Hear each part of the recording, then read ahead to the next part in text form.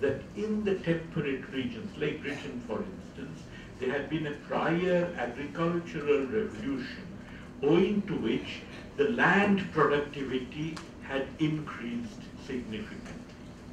That he argues, for instance, that it was not so much the difference in the land-man ratio, but the fact that there was more output per unit of land that actually caused this higher wage that prevailed, and of course the high wage migration that occurred in the tropical regions.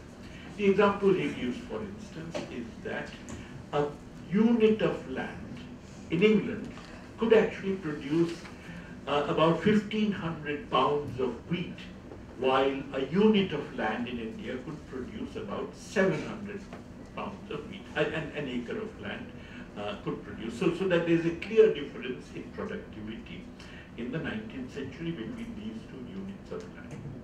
But in that, what Arthur Lewis, as distinguished economist Arthur Lewis, forgets is that if you look at the income from a unit of land for a year as a whole, income has to be over a period of time. Income is a flow. A flow is for a period of time. If you look at the income per unit of land over a period of time, the tropical lands were far more productive per acre because they grew 3 crops. The wheat he's talking about would then be followed by another crop and another crop, so that if you added up the total productivity of an acre of land for the year as a whole, it was much higher than what you find in the temperate regions. As a result, the reason for the wage differences have to be located not in the prior fact of an agricultural revolution, but they have to be located somewhere else. They have to be located, for instance, in the fact that the areas that the migrants went to, they got rid of the local population, set themselves up as farmers on the land that they obtained, and obtained higher incomes, because of which their reservation wages were higher. So the point is that depending upon our reading of the natural habitats, the theories should be developed, but if our reading is wrong and the theories are wrong, and consequently the social implications of this fact of man acting on nature are something which are wrongly read.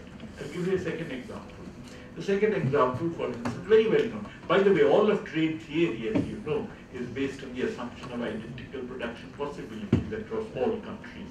On the other hand, that is something which is palpably wrong, because not all countries can produce all goods.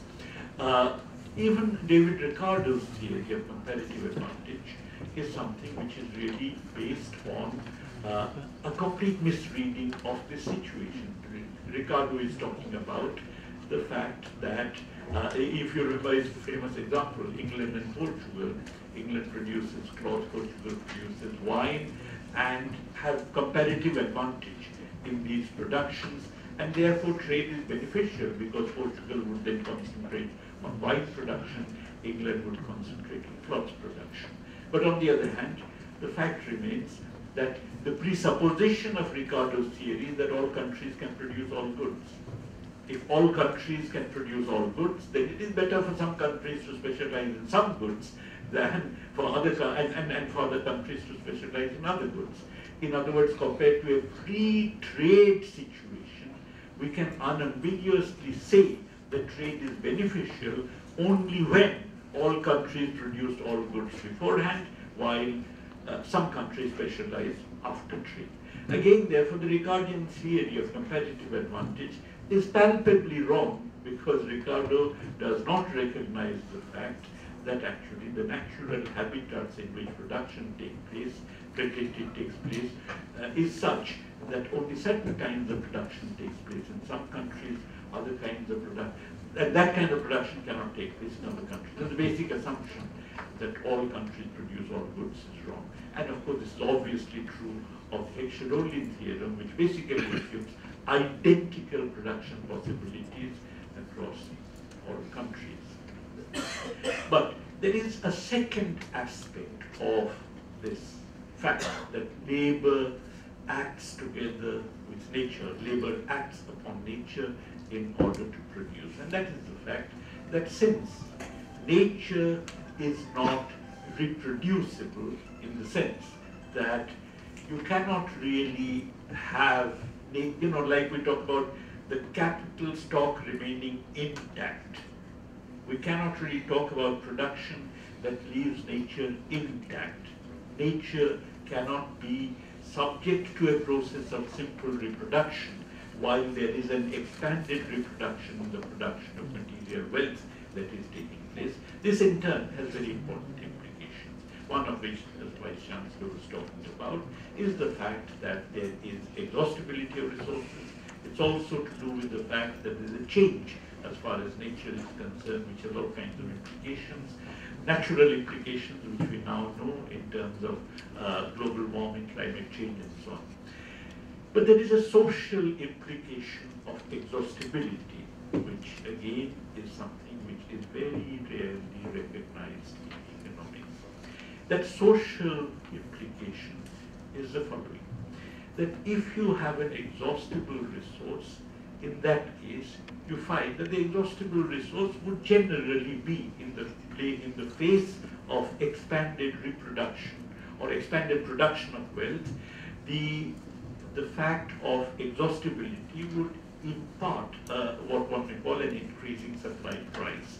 That basically it becomes more and more difficult to get hold of an extra amount of it, or even if it is not more and more difficult, at some point an oil well ceases to produce any oil. At some point there is an exhaustion of these resources and you have to move somewhere else.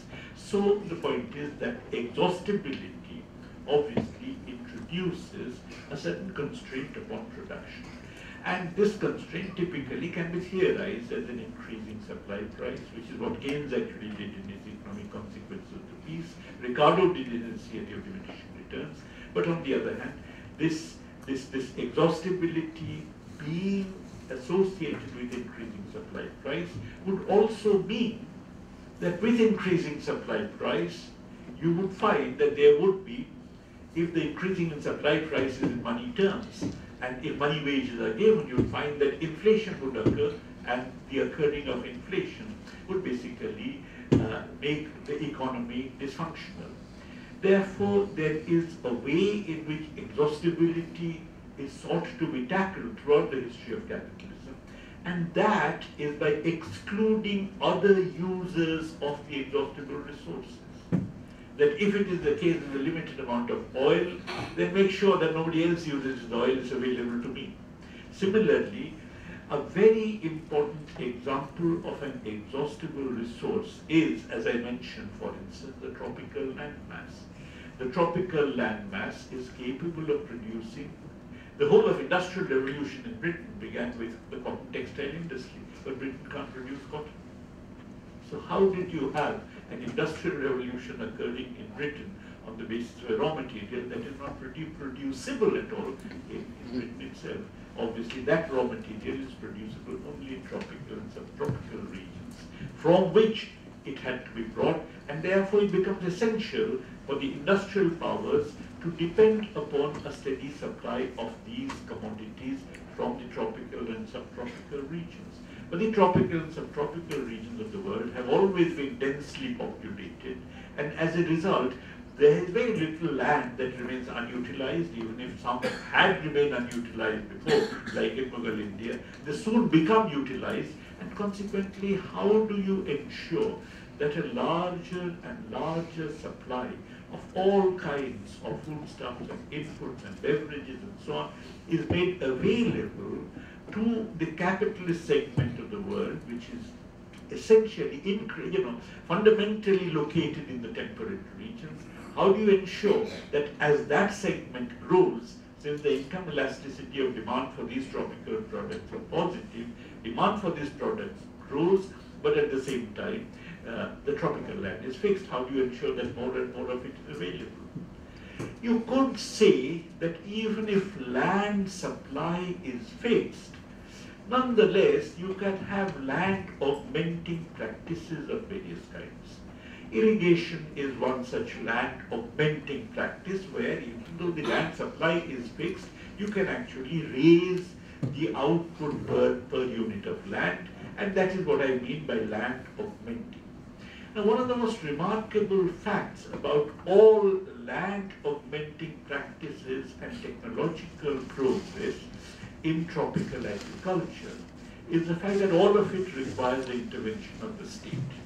Now, this is a very important fact which was recognized by Marx long ago, who had said that all Eastern empires had basically three main ministries.